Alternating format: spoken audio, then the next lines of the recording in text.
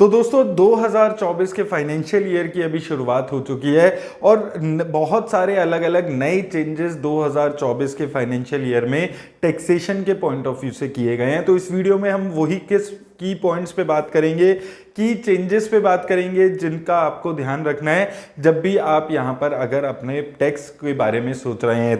तो सबसे पहला चेंज जिसको आपको ध्यान में रखना है, जो काम आपको यहाँ पर करना है, तो न्यू टैक्स रेजिम और ओल्ड टैक्स रेजिम आज से 1-2 साल पहले ऑलरेडी आ चुका है, लेकिन जो मेजर चेंज यहाँ पर हुआ है कि पिछले साल तक अगर आप कोई भी इनमें से टैक्स रेजिम सिलेक्ट नहीं कर रहे थे स्पेसिफिकली, तो जो डिफॉल्ट टैक्स रेजिम था वो आपका ओल्ड टैक्स रेजिम माना जाता था। लेकिन इस साल से अगर आप कोई भी टैक्स रेजिम सिलेक्ट नहीं करते हैं तो जो न्यू टैक्स रेजिम है वो आपका टैक्स रेजिम माना जाएगा। तो अगर आप ओल्ड टैक्स रेजिम में रहना चाहते हैं तो अपने एम्प्लॉयर को ये डिटेल्स जरूर सबमिट करके दे दें कि आप ओल्ड टैक्स रेजिम में ही बने रहना चाहते हैं। अगर आप कोई डिटेल्स नहीं देते हैं तो ऑटोमेटिकली बाय डिफॉल्ट आप न्यू टैक्स रेजिम में सर्च आपको डाल दिया जाएगा। तो इस चीज का आपको खास ख्याल रखना है, ये एक मेजर चेंज है जिस पे आपको ध्यान रखना है। याद रखिए, ओल्ड टैक्स रेजिम में आपको 80C, 80D, 80G अलग अलग सेक्शंस के थ्रू डिडक्शंस मिल जाती है और न्यू टैक्स रेजिम में ये डिडक्शंस नहीं मिलती है। सिमिलरली न्यू टैक्स रेजिम में जो स्लैब रेट है वो स्लाइटली अलग है और ओल्ड टैक्स में अलग है। उसमें हमने डिटेल वीडियो ऑलरेडी की हुई है, आप जाकर देख सकते हैं। तो इस चीज का आपको खास ख्याल रखना है, इस साल की शुरुआत में अपने एम्प्लॉयर को जरूर ये डिक्लेरेशन आप दे दें।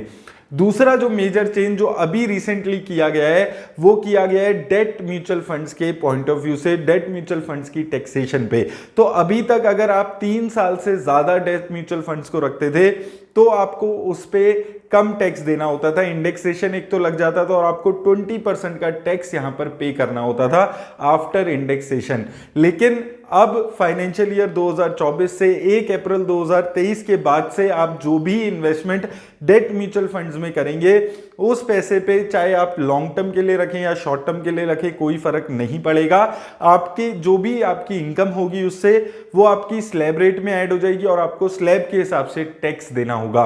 अब यहां पर एक चीज आपको ध्यान रखनी है, आपने जो भी इन्वेस्टमेंट 31 मार्च 2023 तक इसमें की थी उस पे आपको पुराने तरीके से ही टैक्स देना होगा।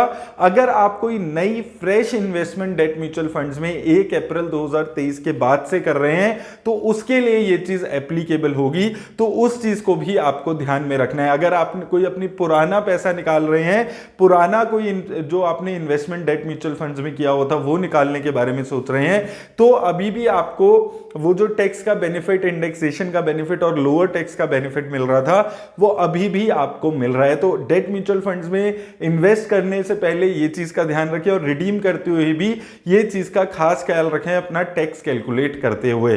तीसरी जो काफी इंपॉर्टेंट अपडेट अभी हुआ है, चेंजेस अभी हुए हैं, वो हुआ है टीडीएस को लेकर। अब जो रियल मनी गेमिंग कंपनीज हैं उनको 30% तक का टीडीएस डिडक्ट करना होगा जितनी भी टोटल विनिंग्स होंगी उस पे। अब ये विनिंग्स कैसे कैलकुलेट होती है एक बार इसको समझ लेते हैं। तो टोटल विनिंग्स मानी जाती है total withdrawal minus total deposit. अब मान लीजिए आपने कोई ऑनलाइन रियल मनी गेम खेलने के लिए 100 रुपए डिपॉजिट कराए और वो रुपए आपके 150 रुपए बन गए, लेकिन आपने टोटल विड्रॉल जो किया वो सिर्फ 100 रुपए का किया। तो यहां पर नेट विनिंग्स आपकी कितनी मानी जाएगी? Total withdrawal 100 minus total deposit 100, 0 आपकी नेट विनिंग्स मानी जाएगी और आपको कोई भी टीडीएस डिडक्ट नहीं होगा। दूसरा केस सिनेरियो लेते हैं कि आपने 100 रुपए डिपॉजिट किए थे, 150 विनिंग्स हुई और आपने ये पूरे 150 रुपीज निकाल लिए। तो इस केस में टोटल विड्रॉल हो गया आपका 150 रुपए, टोटल डिपॉजिट 100 रुपए कराया था, तो नेट विनिंग्स आपकी 50 रुपीज की मानी गई और इस पे आपको 30% का टीडीएस डिडक्ट होकर 35 रुपए आपके यहां पर मिलेंगे।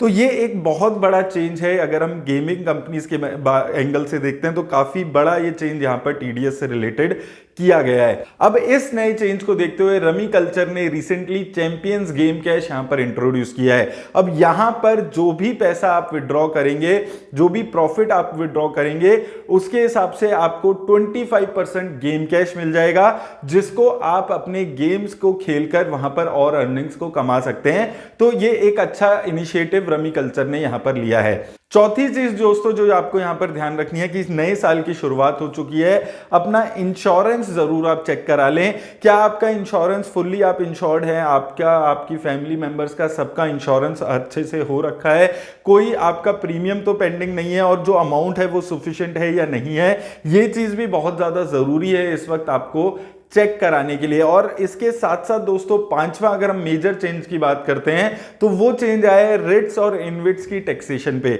अभी तक जब भी कोई रिट्स या इनविट्स अपने जो इन्वेस्टर्स हैं उनको रीपेमेंट ऑफ डेट के नाम पे कोई भी पैसा रिफंड करते थे, पैसा पे करते थे, तो उस पे कोई भी टैक्स देना नहीं होता था। लेकिन अब से अगर वो कोई रीपेमेंट ऑफ डेट के नाम पे पैसा पे करते हैं अपने इन्वेस्टर्स को, तो स्लैब रेट के हिसाब से उनको टैक्स देना होगा, इन्वेस्टर्स को टैक्स देना होगा। लेकिन साथ में इसमें एक और कंडीशन आ जाती है कि टोटल जो आपकी एनएवी थी, मान लीजिए आपने 10 रुपए का टोटल अमाउंट इन्वेस्ट किया हुआ था, 10 रुपए की एनएवी पे कोई यूनिट खरीदी हुई थी, तो 10 रुपए के ऊपर जो भी आपको पेमेंट मिलेगी रीपेमेंट ऑफ डेट के नाम पे, उस पे आपको टैक्स देना होगा। तो अगर आप रिट्स और इनविट्स में इन्वेस्ट कर रहे हैं तो इस टैक्सेशन के रूल का भी जरूर ध्यान रखिए। और आखिरी में दोस्तों अपनी टैक्स को सेव करने की प्लानिंग आपको आज से ही शुरू कर देनी है। अगर आप ओल्ड टैक्स रेजिम में रहते हैं तो आपके पास 80C, 80D, 80G अलग अलग सेक्शंस में काफी सारे रिलीफ अवेलेबल हैं। तो अगर आप ओल्ड रेजिम में हैं तो आज से ही आपको अपने टैक्स सेविंग की प्लानिंग को शुरू करना है। आपको मार्च 2024 का वेट नहीं करना है। अगर आप ईएलएसएस फंड में इन्वेस्ट करना चाहते हैं तो आज से ही शुरुआत करिए। अगर आप किसी और कंपनी में किसी और इन्वेस्टमेंट के बारे में सोच रहे हैं, आप पीपीएफ में इन्वेस्ट करना चाहते हैं, आप एलआईसी में इन्वेस्ट कर रहे हैं, आप कहीं भी जहां पर भी आपको अच्छा लगता है आप इन्वेस्ट कर सकते हैं, लेकिन आज से ही इन्वेस्ट करने के बारे में सोचिए। क्योंकि ये क्या दिक्कत होती है कि लोग बिल्कुल आखिरी महीने में इन्वेस्ट करने के बारे में सोचते हैं टैक्स सेविंग के लिए, और उस वक्त बहुत ज्यादा क्रंच कैश का आपके पास आ जाता है। तो इस चीज का भी खास ख्याल रखिए, और ये जितने भी टैक्स के नियम हैं इनका खास ख्याल रखिए जब भी आप अपना कोई भी डिसीजन इस साल में लेते हैं। तो उम्मीद करता हूं आपको इस वीडियो से हेल्प मिलेगी। धन्यवाद।